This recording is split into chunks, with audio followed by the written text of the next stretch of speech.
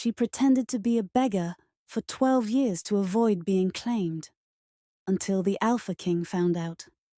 While many stories begin with once upon a time, Laverne's story ignited from the ashes, where endings sparked beginnings, and destiny was forged in smoke.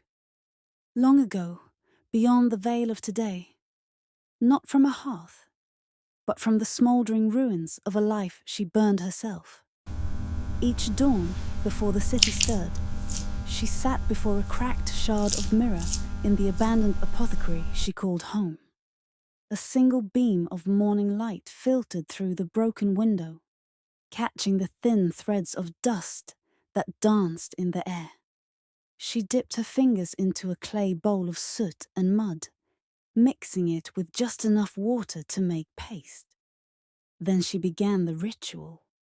A streak across her cheeks, a smear over her neck. The final layer beneath her eyes until their faint silver hue dulled to grey. The mirror reflected the ghost of a girl who had once been a daughter of House Ashworth. Educated, elegant, Omega-born. But 12 years ago, that girl had died.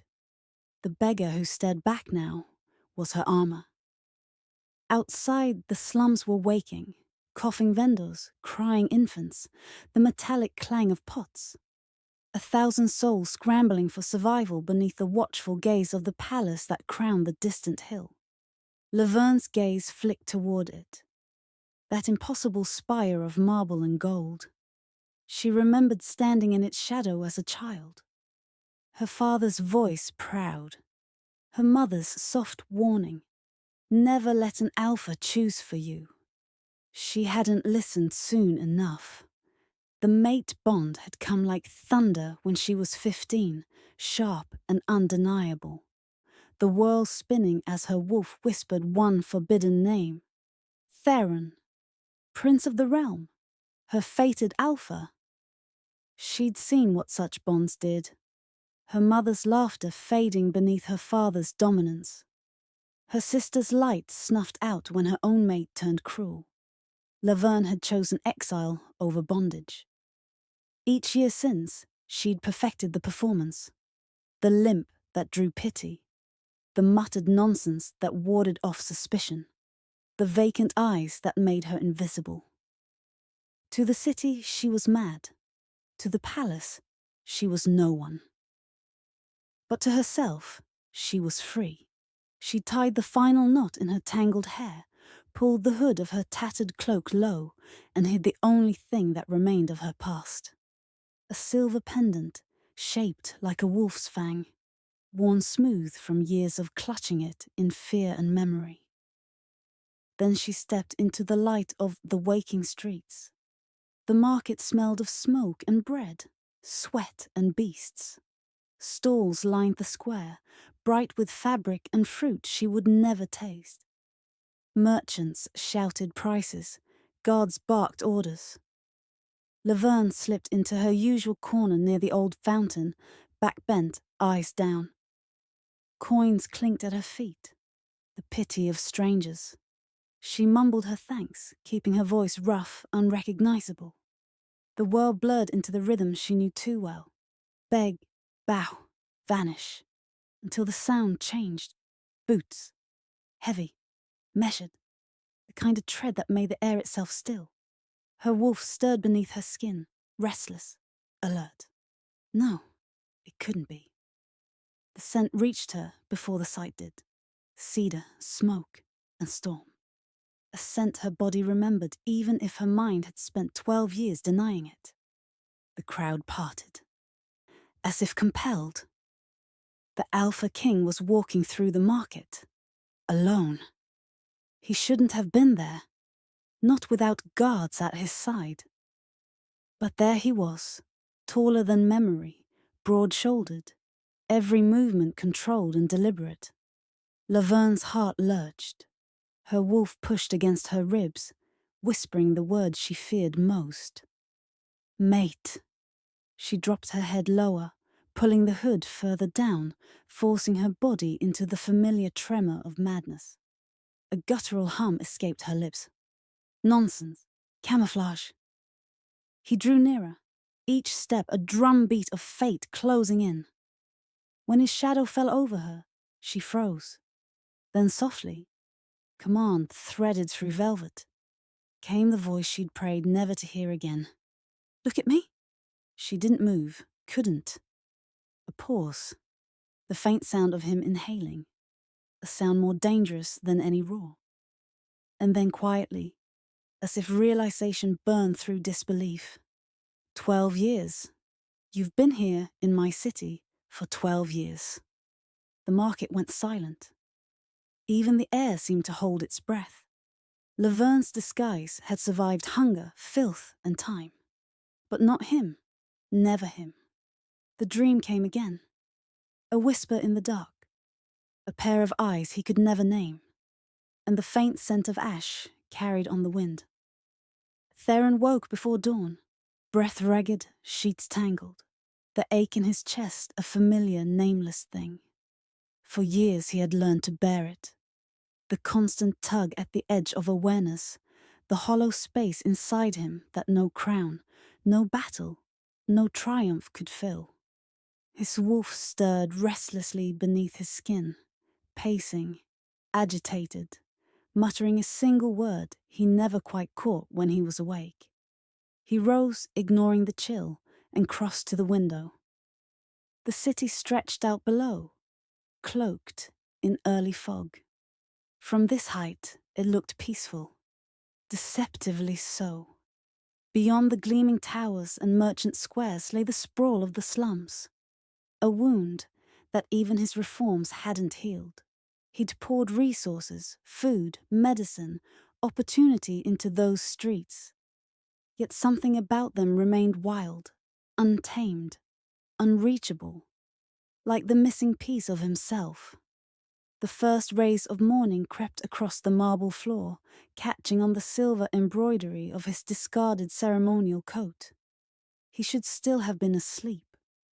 Instead, he reached for his crown, not to wear it, but to trace the cool edge of the metal, a weight he could never quite set down. Your Majesty? The knock came softly. Lord Brennan's voice, smooth as ever. Theron exhaled, straightening. Enter! Brennan stepped in with his usual quiet precision, scrolls tucked under one arm. His hair, once dark, now showed threads of silver, but his mind remained as sharp as the day they'd met. Council awaits you, sire. The northern envoy arrived at first light. They're eager for a response to their proposal.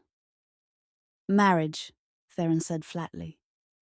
An alliance, Brennan corrected, though his mouth twitched, betraying amusement. The princess is accomplished, educated in both diplomacy and the arcane arts.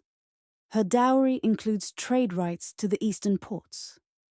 A union would stabilize the borders and silence those who whisper about your solitude. Theron turned from the window. My solitude does not endanger the kingdom. Perhaps not, Brennan said. But your line's continuation, or lack thereof, does. He said it gently, as one might speak of an open wound. Theron closed his eyes briefly. You've been patient, old friend, but I will not bind myself to someone I do not choose. Choice, Brennan mused, pouring wine from a carafe on the sideboard. You speak of it as though kings are granted such things. Theron's wolf bristled beneath his calm. He forced it down. I will not condemn a woman to a life without affection, simply to quiet the court. You would be kind to her, but not whole, Theron said quietly. Not complete. Brennan hesitated, watching him. Then what is it you wait for, my king? A ghost? A dream? Theron gave no answer. The meeting that followed blurred into a familiar rhythm of words and parchment. Reports from the borderlands, grain shortages in the southern plains, petitions from the merchant guilds. He heard them all, but felt none of it. The council argued, voices rising, and still his wolf prowled, uneasy, pacing against the walls of his control. When the session finally adjourned, he lingered behind, staring at the empty chair where his father once sat during such meetings. His coronation had been a spectacle. Hundreds of nobles kneeling as the crown was placed upon his brow, the roar of wolves echoing through the great hall. He'd felt pride, duty, power, and beneath it all, that same emptiness, as if something vital had been severed. For 12 years, the feeling had never left. He'd fought wars, won peace, rebuilt cities. Yet every night, he dreamed of ash and eyes he could never see clearly.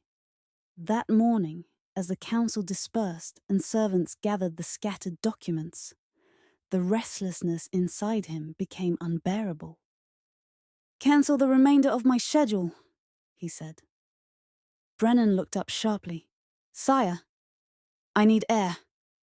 The advisor's brow furrowed. "You could take a patrol."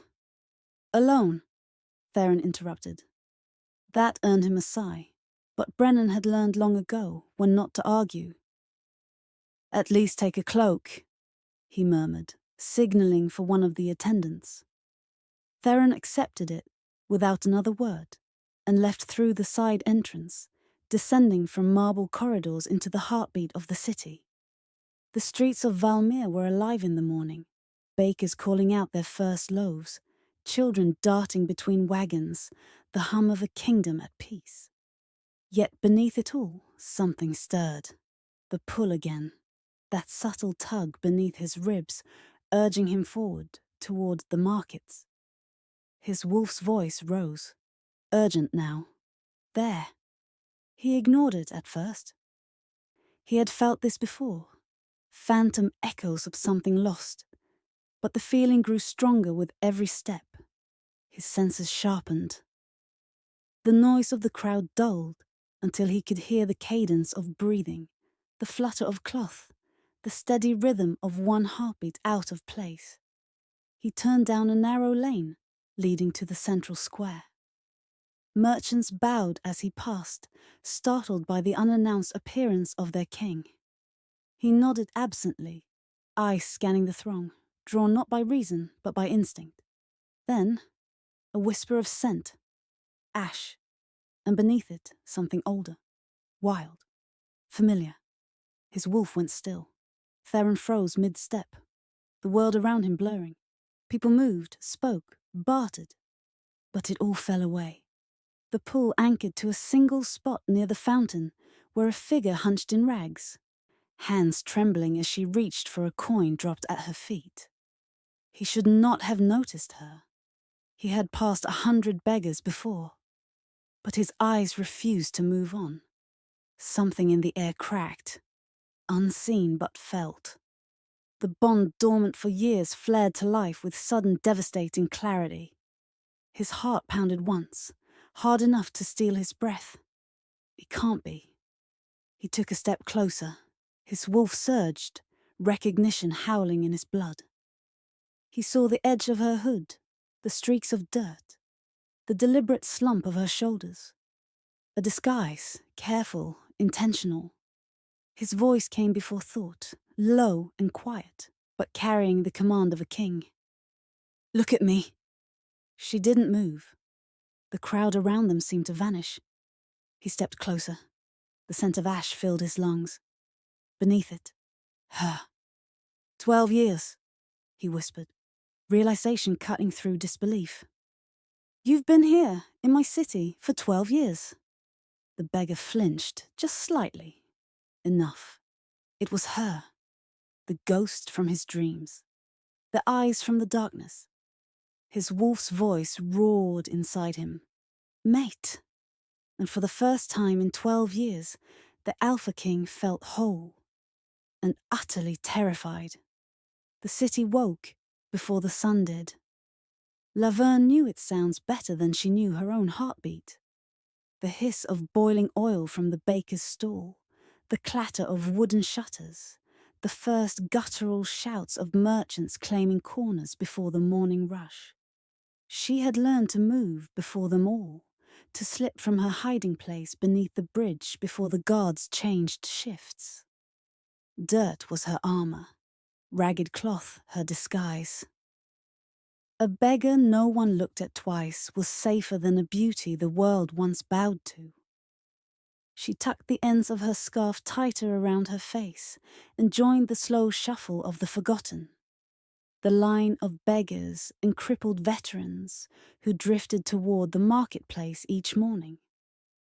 She knew which merchants spared a coin and which spat curses instead. Old Marlene, the candlemaker, left half-melted wicks near her stall each dawn, pretending not to see Laverne gather them. The fishmonger's boy, Thomas, slipped her crusts when his master wasn't looking. But the butcher's men, wolves in armor. The moment one of them caught her scent, or thought they did, she'd have to feign madness to drive them off. She'd become skilled at that. The sudden twitch of her eyes, the slurred ramble, the empty stare that made people turn away. Invisibility was survival. She stopped near her usual post, beneath the broken statue of the first Alpha King, whose marble crown had long since been stolen. The irony wasn't lost on her. Once she had been taught to curtsy to kings. Now she begged at the feet of one. From her vantage point, she saw the city breathe to life. Banners fluttered. Smoke curled from chimneys. A carriage rattled past, wheels splashing through the morning mud. And among the shadows, the network moved. The cities forgotten were not as helpless as they seemed. Laverne had spent years weaving quiet alliances, street children who passed messages for bread, blind veterans who listened more than they spoke, washerwomen who traded gossip for herbs she gathered under the moon. They called her Aunt V, the mad beggar with kind hands. They didn't know her real name. None of them did. And yet, through them, she knew everything that happened in Valmir. She'd built her kingdom out of whispers. A soft tug at her sleeve broke her thoughts. A boy, maybe 8, with a mop of dark hair and a chipped tooth, grinned up at her. "You promised today," he said. Laverne smiled faintly. "And I keep my promises." They ducked into a narrow alley, hidden from the main street. From beneath her cloak, she pulled a battered book, its spine nearly gone, pages smudged by years of hands and dirt. The boy sat cross-legged, tracing letters as she whispered their sounds. She had once been fluent in 6 tongues, taught by tutors who bowed before addressing her. Now she passed those lessons to the gutter-born. "Read this," she said softly, pointing. "Light," he murmured, frowning in concentration. "And hope," she smiled. "Good." When his mother's call echoed through the alley, the boy scampered off, clutching the book to his chest as if it were gold. Laverne's smile faded. She pressed a hand to her chest, feeling the faint tremor beneath her ribs, the ache that came and went with the seasons. The herbs she brewed each month dulled it, numbed it, masked the dangerous pull of her omega nature. They were bitter things, those herbs, root and ash, mixed under moonlight. Without them, her scent would bloom, and every alpha within reach would feel it. She had made that mistake once. It was years ago, before she perfected her disguise. A young alpha soldier had followed her through the alleys, curiosity turning to hunger. She'd had to drop into a fit, screaming, shaking, tearing at her clothes, raving of ghosts. He'd fled in disgust. She'd been safe since then, mostly. Now she kept the madness close, ready to summon at a breath. The sun had climbed halfway when the square stirred with unusual movement. flags bearing the royal crest, guards in ceremonial armor. Laverne's pulse skipped. Royal inspection? No, too quiet. Too few horses. Then she saw him. Even cloaked, he was unmistakable. Broad-shouldered, tall, every motion precise, controlled. The Alpha King. Her throat tightened. 12 years, and still the sight of that crest, the silver wolf emblazoned on black, could freeze her blood. She ducked her head, instinctively hunching lower. Her hands trembled where they clutched her bowl. He shouldn't be here. Kings did not walk among commoners. Not alone. Not unguarded. Her heart beat faster, her wolf stirring beneath layers of suppression. Don't look. The scent of power rolled through the air, subtle but inescapable. Even the crowd felt it. Merchants paused mid-call, heads dipping instinctively. He moved closer. Brennan hesitated. You think she's the one, don't you? Theron didn't answer. He didn't have to. The bond thrummed inside him like a living thing. He looked once more toward the door that separated them. 12 years, he murmured, and she's been hiding in plain sight. His wolf growled softly inside him. Then, it's time the truth came out. The rain came down hard over Eldermere that night, silver streaks cutting through the dark like blades. From his study in the eastern wing, Alpha King Theron stood by the high window, watching the storm as though it might hold answers the past refused to give. Behind him, parchment maps and sealed letters littered the table. His spy master, Lord Brennan, stood at attention, half soaked from his return. There's no mistake, Your Majesty, Brennan said quietly. The beggar you found in the market, she matches the last known description of Lady Laverne Ashworth. Theron's head turned slightly, a muscle working in his jaw. Ashworth, he repeated. The name felt heavy, like something torn from the old chronicles. That house fell 12 years ago. Brennan nodded grimly. The plague took Lord Ashworth first. His wife, Lady Eleanor, withdrew from court shortly after. The younger daughter was said to have vanished. The elder was presumed dead. Theron's eyes flicked to the candle burning low on the desk. Presumed, he murmured. Not confirmed. Across the palace, in a chamber too grand and too silent, Laverne sat motionless, wrapped in a heavy robe that smelled faintly of lavender and soap. Her skin still stung from scrubbing, the first true bath she'd had in years. The servants had whispered while washing her. One had gasped when the grime came off her hands, revealing delicate fingers once meant for calligraphy and piano, not scavenging through refuse. The mirror on the far wall mocked her now. The reflection was a ghost of the girl she once was. Pale skin, high cheekbones, the faint trace of nobility that no amount of dirt could fully erase. But her eyes, those remained hollow. She touched the side of her neck, feeling the absence of her family's crest pendant, long sold to buy bread for a child who wasn't hers. You shouldn't have come here, she told herself. Not even fate can undo what's been buried. In the council room, maps of lineage and territory sprawled like veins of power.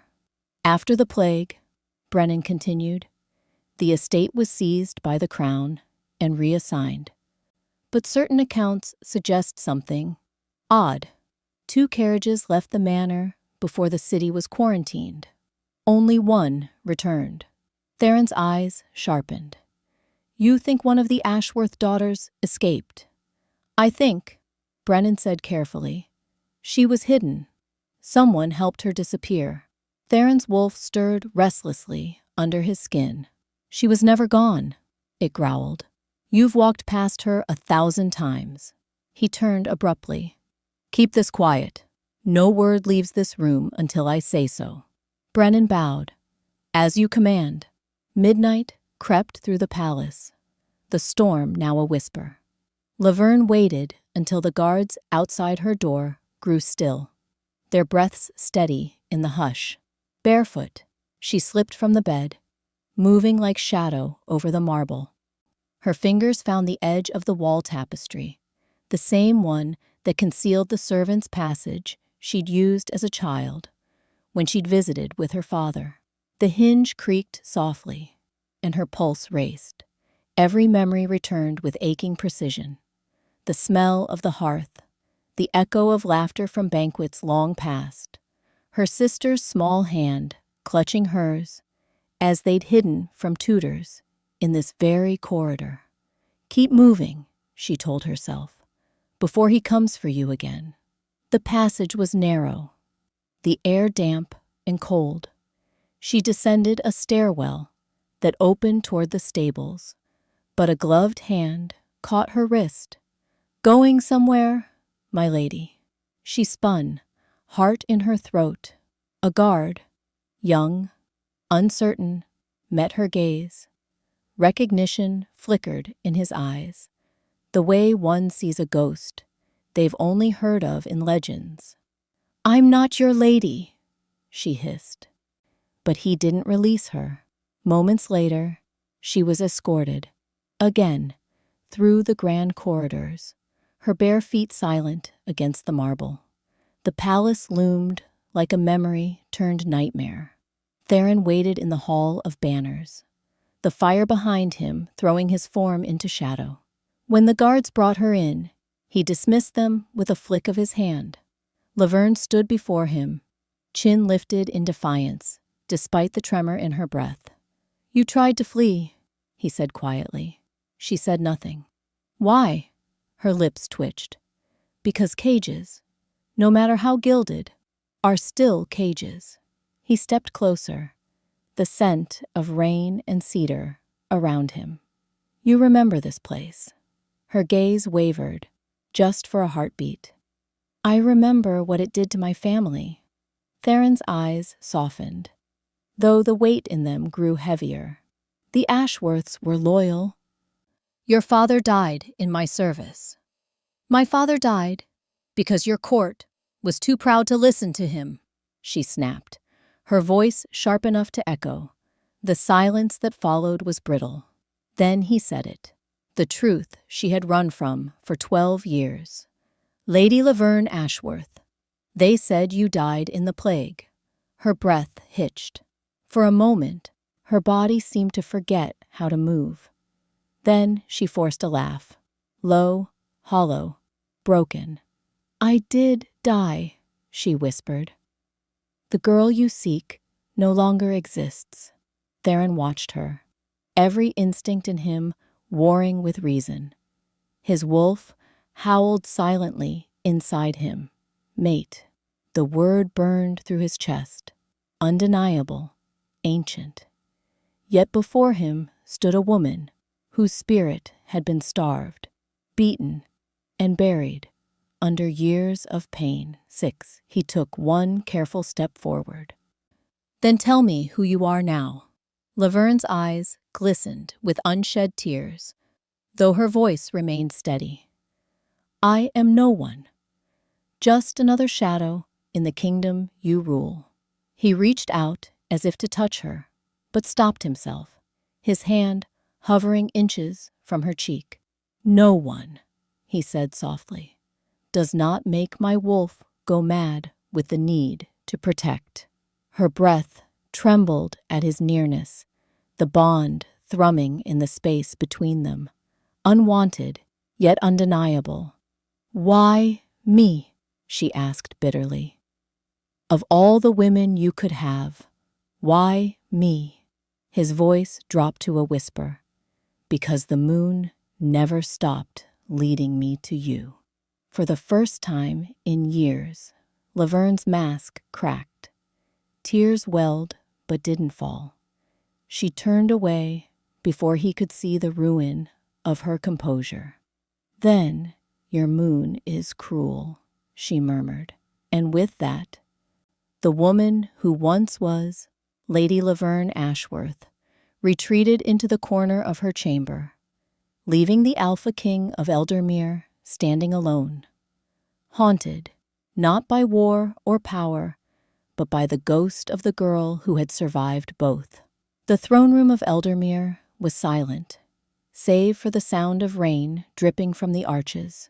The storm from the previous night had broken, but King Theron felt as though it had settled inside him instead, an unending turbulence of want and restraint. He stood at the window, the first light of dawn catching in his hair, and tried not to think of the Omega who now slept behind guarded doors down the hall. His wolf had not slept at all. "She's ours," it snarled. "She belongs with us." Theron's fingers tightened against the stone sill. "She belongs to no one," he said aloud, his voice low, rough. "Not even me." When the servants brought word that Lady Laverne Ashworth refused food again, he dismissed the attendants and went himself. She was by the hearth, knees drawn up, a shawl wrapped tightly around her shoulders. The firelight flickered against her skin, casting shadows that made her seem carved from some ancient sorrow. She didn't rise when he entered. "You shouldn't come here," she said softly. "It makes the guards nervous." He almost smiled. "They can survive their nerves." Her gaze flicked to him, sharp and weary. "And what about you, Your Majesty? Can you survive what you want?" The words struck with quiet precision. He didn't answer. For a moment, the room seemed smaller, the air charged, the scent of her impossible to ignore. His wolf strained against the leash of his control, aching to claim, to mark, to end the ache of 12 empty years. But Theron only said, "I came to understand why you ran." Her eyes dropped to the flames. "You think I ran from plague or fear, but I ran from something worse." He waited. "I watched my mother disappear into my father's shadow," she said finally. "She was powerful once, bright. People said she could command a room with a look, but after she was claimed, she was gone. A smile without a will." Theron's chest tightened. He loved her. "Yes," Laverne said, "and love was the cage that broke her." Silence. The fire popped softly between them.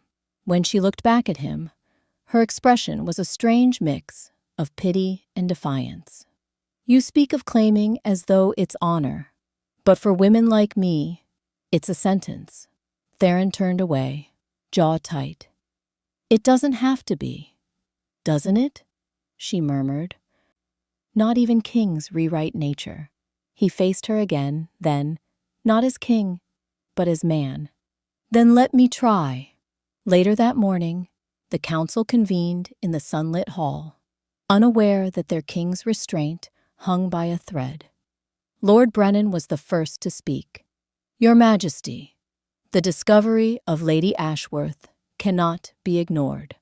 A noble Omega lost to time. She carries political value.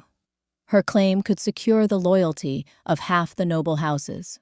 Theron's eyes darkened. "She is not a prize to be traded." Brennan bowed slightly. "With respect, sire, the kingdom is restless. A mate bond, unfulfilled, weakens both ruler and realm. The people must see you whole. The wolf spirit demands balance."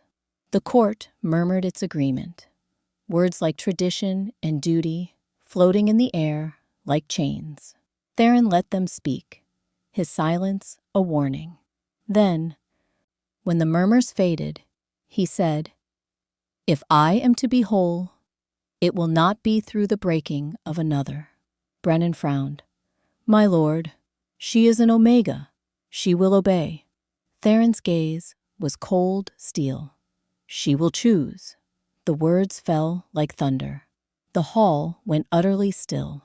Later, As he walked the length of the empty corridor, Theron could still hear the council's whispers chasing him.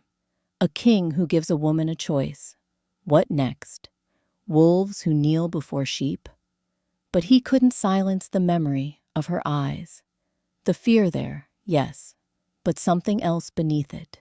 The need to be seen, not owned. His wolf growled low inside him. You defy the bond. You defy nature.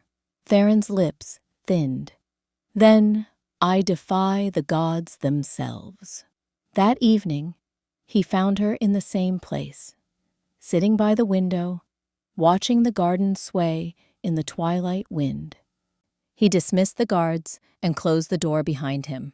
I've spoken with my council, he began. They want you claimed, bound, displayed. I'm not surprised, she said softly. I told them no. Her head lifted, surprise flickering across her face. No? I will not claim what isn't freely given, he said. You will have a choice. Stay or go. Speak or remain silent. But I will not force fate upon you. Laverne blinked, uncertain whether to laugh or recoil. You expect me to believe that? Theron's expression softened. I expect nothing, but I mean what I say. She studied him for a long moment. The man before her was still a king, powerful, commanding, dangerous. But there was something raw in his eyes now. You would risk your kingdom's stability for me? She asked quietly. For your freedom, he corrected. And perhaps for my own. Her breath hitched, her resolve faltering for the briefest instant. No one had ever spoken to her like that. Not as an object of duty or desire, but as a person capable of choice. Her throat worked.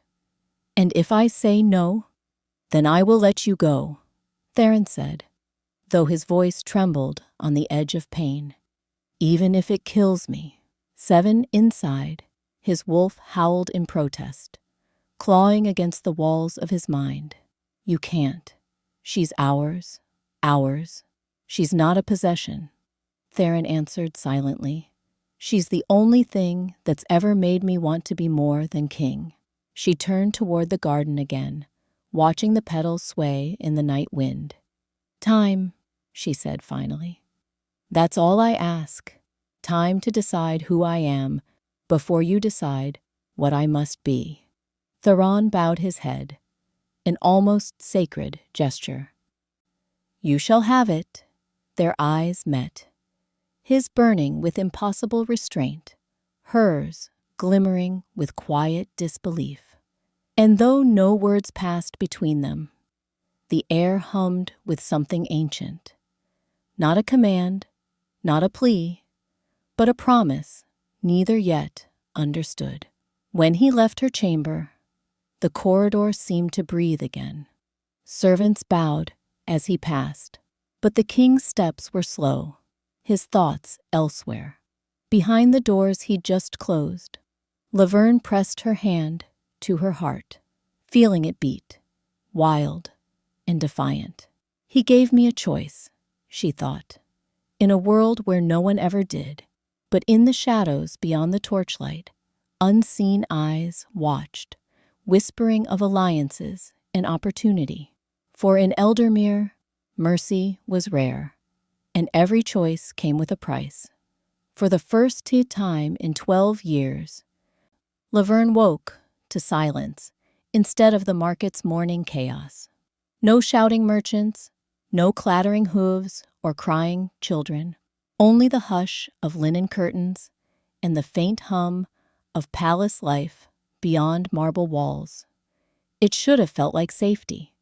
Instead, it felt like exile. She rose before dawn, out of habit, folding her bedding as though she might be evicted at any moment. The maids had tried to fuss, lay out dresses of silk and comb her hair, but she'd waved them off. Her hands reached instead for the plainest tunic she could find, one without jewels or embroidery. It reminded her of the years when no one saw her at all. Old instincts die slowly. By midday, she was gone. The guard stationed outside her door hadn't even noticed her slip past. She knew the servant corridors better than most nobles. She'd used them once as escape routes. Now, they were her passage to freedom. The city market was alive as ever. Noisy, messy, full of the scent of bread and smoke. To most, she would have seemed out of place now. Clean, almost radiant, a far cry from the filthy beggar they once ignored. But to the street children, she was still their lady of rags. "Miss Lav," a boy called, racing from behind a cart, his grin missing 2 teeth. "You came back." Laverne knelt, handing him a small bundle of food she'd hidden in her cloak. "You promised to practice your letters," he groaned. "Letters don't feed you." "No," she said, smiling softly, "but they keep you free." Around her, the children gathered, ragged, wild, but safe under her protection. She checked on the sick, distributed herbs, whispered warnings about guards who took bribes to clean the streets. She thought she was unseen. She was wrong. From the shadowed edge of the square, Theron watched, cloaked and unguarded. He had followed her the moment her scent vanished from the palace. What he saw stopped him cold. The beggar woman the court dismissed as a scandal tended to the forgotten like a queen tending her court. Her voice was soft but firm. Her presence brought order to chaos. The way she looked at those children, with fierce tenderness, moved something in him that command and conquest never had. "She hides her crown," he murmured to himself, "but she still rules." When she turned, their eyes met across the crowd. Her breath hitched. "You followed me." Theron stepped forward, ignoring the startled glances from merchants who recognized him even beneath his hood. "I protect what the kingdom values," he said evenly. "And lately, that seems to be wherever you go." They walked together through the winding streets, the air between them heavy with things unspoken. "You shouldn't be here," Laverne said. "If your council sees this—" "My council answers to me," he interrupted. "That's what I fear," she muttered. "You think power means protection. I've seen what happens when those two blur." He stopped. "And what do you see when you look at me?" Laverne hesitated. "A man trying not to be a king." His lips curved faintly. "And you, Lady Ashworth, are a queen trying to forget." Their eyes held for a moment too long, and for the first time, she didn't look away. By evening, rumors were already spreading. "His Majesty walked the market with her," whispered the servants. "She touched his hand," gasped another. "She'll ruin the alliance with the North." The palace walls had ears, and every one of them was humming with scandal. When Theron entered the council chamber that night, Lord Brennan was waiting, impatience thinly veiled. "Sire," he said crisply, "the Northern Princess arrives within the week. You must not complicate matters before her arrival." Theron's gaze was cold. "Meaning?" "The nobles whisper, my king. They question why a beggar Omega shares your protection while alliances remain unsealed." Theron didn't flinch. "Let them whisper. The truth will silence them." Brennan's jaw tightened. "If you do not claim her, someone will use her. You know what happens to unclaimed Omegas of noble blood." Theron's eyes darkened. "Over my dead body." The princess arrived in a flurry of carriages and perfumed silk. Her name was Princess Ilara of Norvain, tall, graceful, with hair the color of snow and eyes sharp as steel. Her arrival was everything Laverne's presence was not. Polished, political, perfect. At the welcoming banquet, Laverne stood at the edge of the hall, unseen among courtiers. But her gaze found Theron across the room, standing beside Ilara, laughing at something she said. The sight cut deeper than she expected. Jealousy. The word startled her. It had no place in the heart she'd spent years numbing. He's a king, she reminded herself. He belongs to no one. But her pulse betrayed her, racing when Ilara laid a hand on his arm. After the feast, she escaped to the balcony overlooking the gardens, the moonlight painting her face in quiet grief. She didn't hear him approach until he spoke. "You left before the final toast." "I wasn't missed," she said flatly. "You were," Theron replied. "By me." Laverne's heart clenched, but her tone stayed cool. "The princess suits you. She was born to your world, and you were born to mine," he said softly. "You just survived outside it." She turned to him, frustration breaking through her control. "You don't understand. Every time I start to breathe here, I remember the ones still starving in the streets. You call it fate, but all I see is distance between the woman I was and the life you offer." Theron stepped closer, his voice low, raw. "Then tell me the truth, Laverne. When our eyes met in that market, what did you feel?" She hesitated. Every defense she'd built for 12 years trembled under the weight of his gaze. Her throat tightened. "I felt it too," she whispered. "The bond, the pull, the madness of it." The admission seemed to shatter the air around them. For a long moment, neither spoke. Finally, she turned away, blinking back the tears that threatened. "But feeling doesn't mean freedom, Theron. You can't promise both." He looked at her then, not as king or alpha, but as a man who'd just glimpsed something he could never force, only hope to earn. "I won't chain you," he said quietly. "But God's help me. I can't let you go." Laverne's voice trembled. "Then we are both trapped. Between worlds, neither of us can escape." The wind lifted her hair, carrying her scent to him like a memory of something lost and found again. Theron bowed his head, a king undone by love he could not claim. And in the moonlight, the two of them stood side by side, bound not by power or law, but by the fragile, unspoken truth that destiny was both their salvation and their curse. The council chamber was suffocating with the scent of fear. Scrolls of treaties and maps littered the long oak table, each one carrying the weight of kingdoms and bloodlines. Outside, the banners of Theron's rule flapped in the wind like the heartbeat of a restless nation. "Your Majesty," Lord Brennan's voice sliced through the silence. "The Northern Kingdom has issued its ultimatum. If the marriage alliance is not sealed within 3 nights, they will march. Their armies are already gathering at the border." Every eye turned to the throne.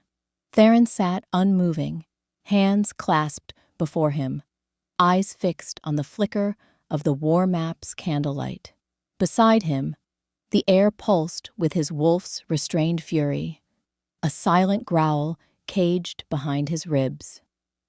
"And the condition?" Theron's voice was calm, too calm.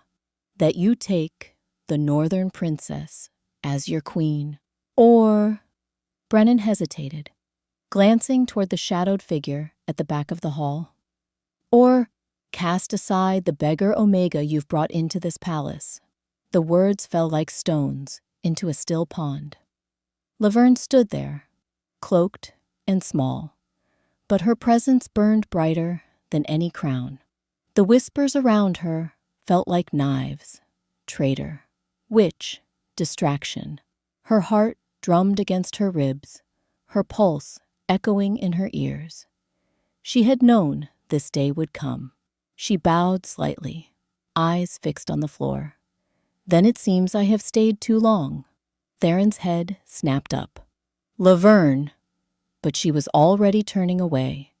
The echo of her bare feet against marble, the only sound in the room.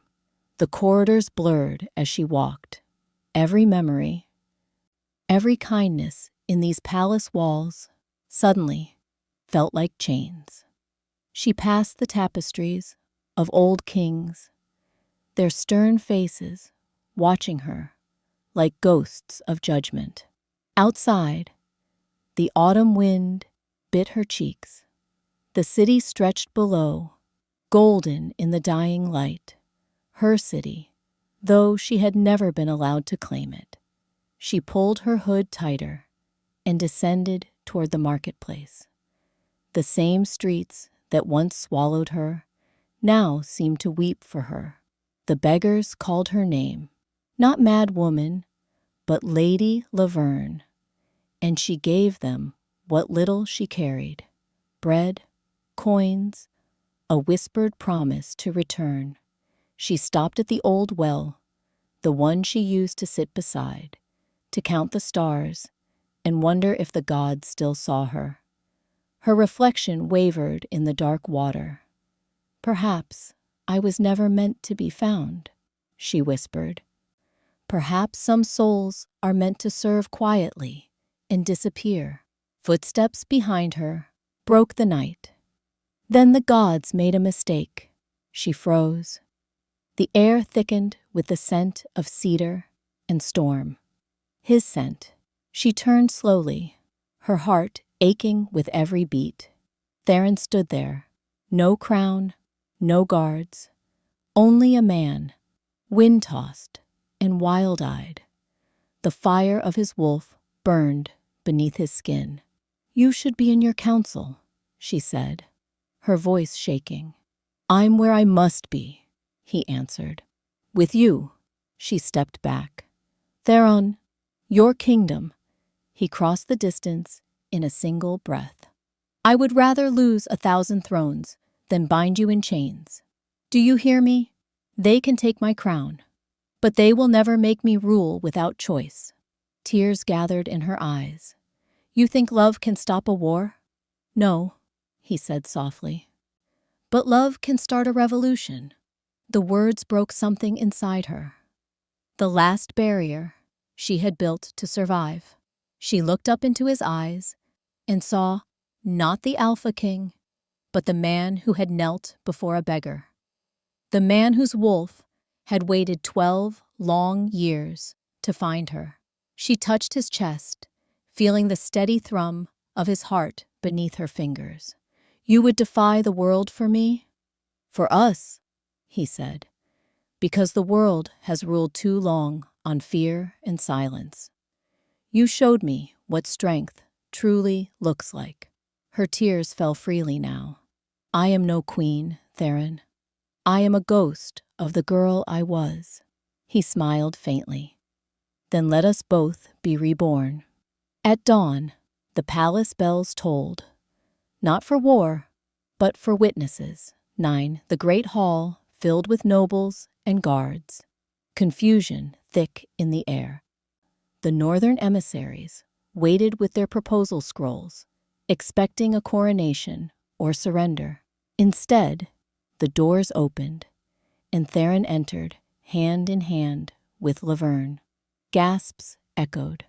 The once beggar now stood in a simple gown of white linen, her hair unbound like sunlight on water. She did not hide her scent or her scars. This is madness, Lord Brennan hissed. You cannot.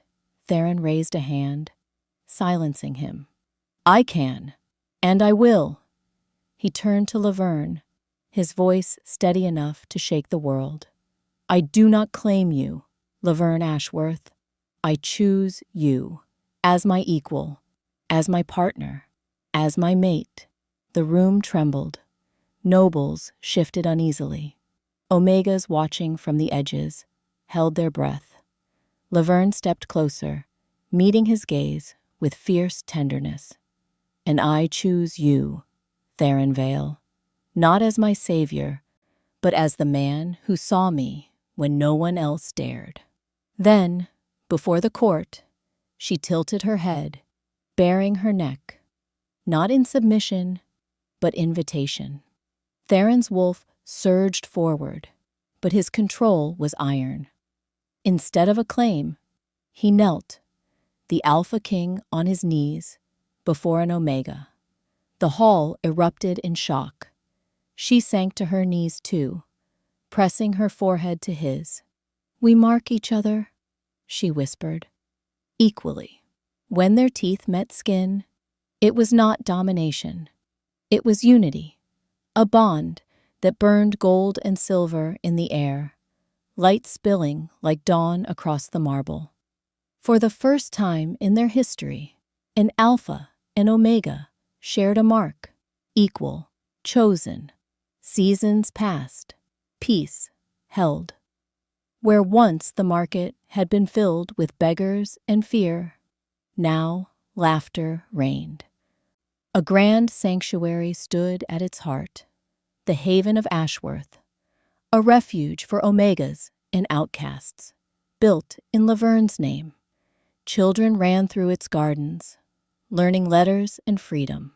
At the palace, Theron ruled not alone, but beside her. 2 thrones carved from the same stone, 2 crowns, lighter for being shared. Sometimes, when dusk fell and the lanterns lit the streets, they would walk together to the market well, the place where destiny had found them. "It's strange," she would murmur, her fingers entwined with his, "how the same streets that broke me now hold our beginning." Theron smiled, brushing his thumb across the mark on her neck. "The gods love irony." "And so do we," she replied. The wind carried their laughter through the square, through the sanctuary's open doors, and up toward the castle on the hill, a kingdom forever changed by the choice of love.